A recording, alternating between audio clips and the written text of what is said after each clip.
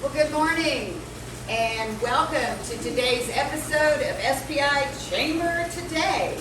We're not on beautiful South Padre Island today. We are with one of our chamber members who is located in Los Fresnos. So I'm Alita Bagley, president of the Chamber of Commerce. And I'm Diana Harville, I'm the marketing director. And we're so excited to be here, so we're going to get right to it. We actually have been outside and we have been sweating. No, we have not. We listen. That's right. We listen. We But don't sweat. We don't sweat. You're right. But now we are inside where it's lovely and cool, and we're going to show you some really exciting things. I know. So we got a big surprise. All right. So let's go. All right. Diana, take over. All right. Bye. See you later. So today we are, as I said, in Los Fresnos at one of the most exciting places that you will find, and it's called Fragile Planet. And this is Tyler Thomas, who is going to tell you a little bit about it, how it started, and then he's going to introduce another person, and we're going to see something really cool. So Tyler? Hi, thank you guys for joining us today. As Alita said, my name is Tyler. I'm one of the owners here at Fragile Planet Wildlife Park. We came here about 3 or 4 years ago to do educational outreach. We were drawn to the area because of the island, because of the ocelot. It's one of our favorites. And about a year ago, we decided to open to the public. And one of our main highlights here is our endangered purple harlequin toads. And my name is Nick. I'm one of the managers here at Fragile Planet, and I want to show you some of our projects. So these little tiny things here are purple toads. You can get up close to it if you'd like. We won't jump or anything. So these are a little tropical species of neotropical toad, and we're actually the first place in the entire world to ever successfully reproduce them. He jumped. Yeah, he's right down You said he there now. wouldn't jump. He went down Diana's shirt, I think. Well, that was You when I better had check. him over by the camera.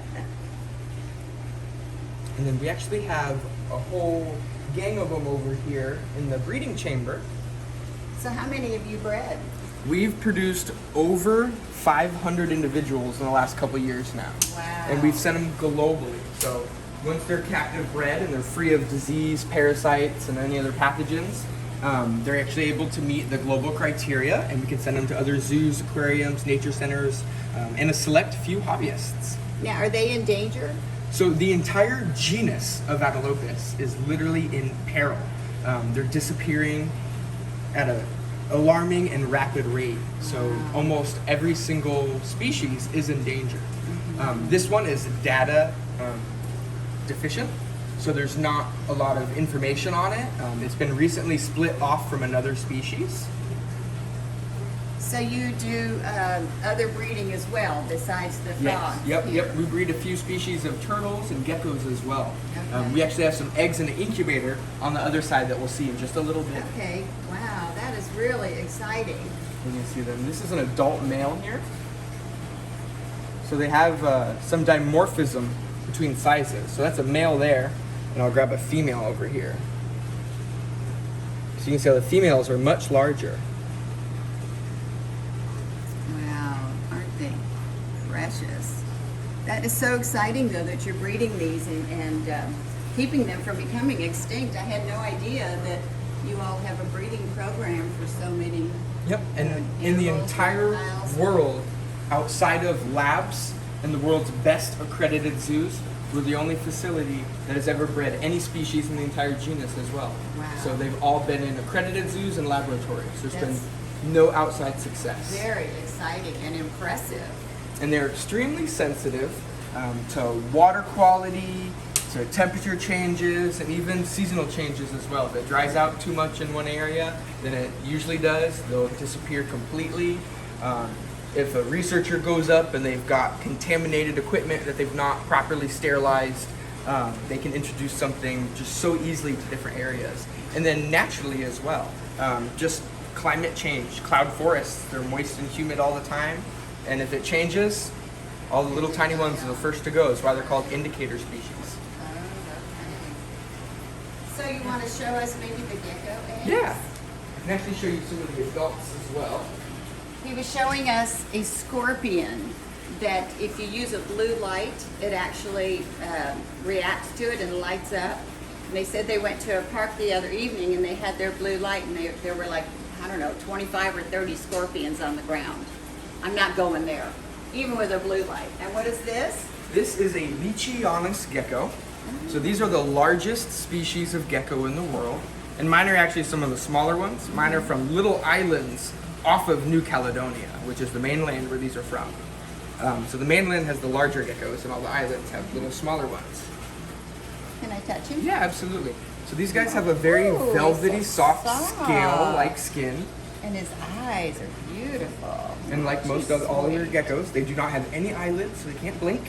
They lick their eyes to clean them. Oh, And these guys eat mainly fruit and bugs. look at his feet. They're so cute. I'm sure seasonally they'd raid bird nests. Everybody loves eggs in the morning. Of course, yes. And these guys are primarily nocturnal too. Now, are these at all endangered? These are not actually endangered, no. But there is a large breeding population of them within the United States. The government of New Caledonia let zoos and a few people collect a small number of individuals to breed, and then that prevents anybody from smuggling them out. Taking them out of the wild. The illegal Right. trade still happens no matter what because there's greedy people. Right. But it gives a legal, ethical avenue for people to be able to do it. Gotcha. Let's go see the eggs. I couldn't figure out why these gecko eggs were so big because, you know, our geckos are this big, but now I see why.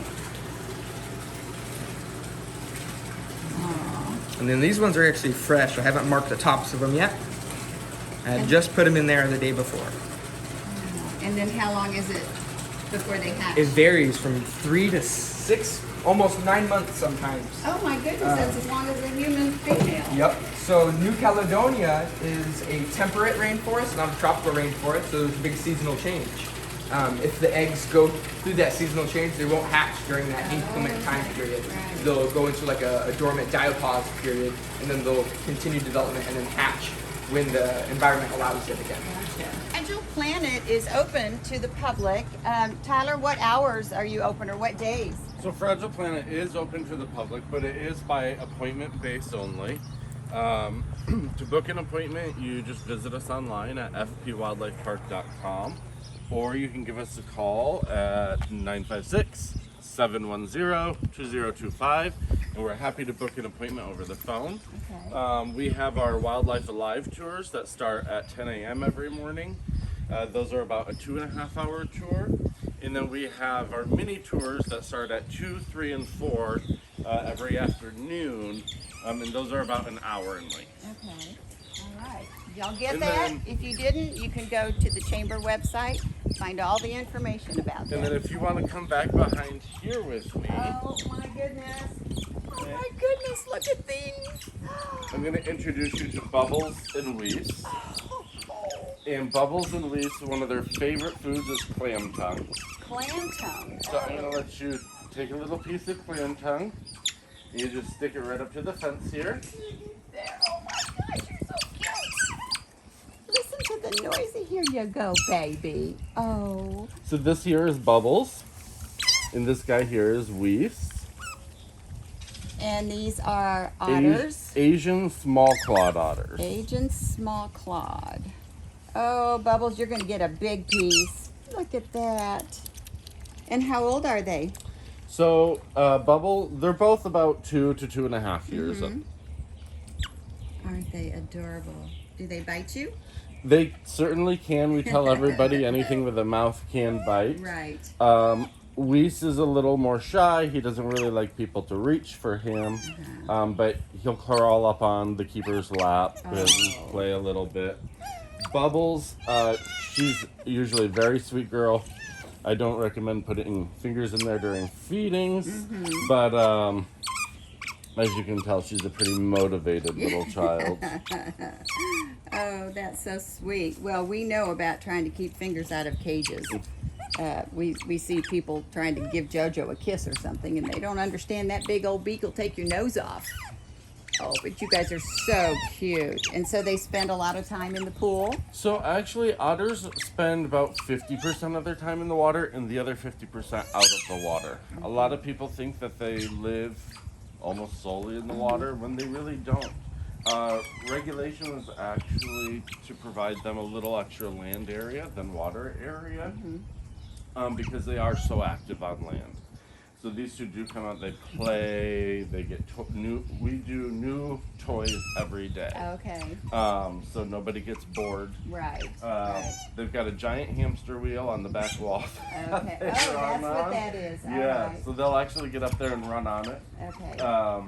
So Tyler, can you tell us, Diana, just point over there at these rock iguanas. Is that what they were called? Rhinoceros iguanas. Rhinoceros iguanas. They are a species of rock iguana. Okay. Rock iguana is the full genus. So these are rhinoceros iguanas, and this is a group of juveniles. These are just a couple years old as well. So this species actually is listed as CITES 1 with no quota. So private people or pet people that have them cannot ship them or move them between any country, anywhere in the world for whatever reason. Only accredited and conservation-based zoological organizations can do that. And it's a consortium effort with that, not individuals anyways. So Diana, let's ask Tyler a little bit about what they might see when they come for a tour, and then because I'm glistening again. So some of the things you might see in the tour, all of our tours start with an interactive educational presentation. You'll get hands-on with some of our smaller guys that we didn't see today, like our baby crocodiles. We've got some silky chickens. We bring out the macaws, sometimes the owl. But we got some really cool little critters to see. Every tour starts off like that. We then take people to do a camel encounter. We got a lovely little Bactrian camel. I call him little, but everyone else thinks he's pretty big. So we do a camel encounter. They'll do a behind the scenes encounter, which is kind of where we are right now. Each day is different here. So sometimes people will feed the iguanas. Sometimes we'll take them on a tortoise feeding adventure. It also depends on what we have for time in the tour. Our Wildlife Alive tours, you get to visit the awesome amphibian lab we were just in. The mini tours, it is not included. But overall, it's just a great time. So Tyler and Nick, thank you so much. You guys got to come out here. It really is very interesting, and you'll learn so much. It's not just getting to see those adorable little things, but you're going to learn so much about breeding and trying to save endangered species and protecting these animals from the terrible things that happen to them when they get. He said that the iguanas, they found them trying to cross a border in a cereal box, and they were about half that size. So we appreciate everything that you guys do out here, and we hope everyone will come out and visit. Well, thank you. Thank you guys for coming. Well, we're excited. We're very proud to have you as a chamber member. If you are not a chamber member, you need to become one. So we will see you next week, and good times. See ya.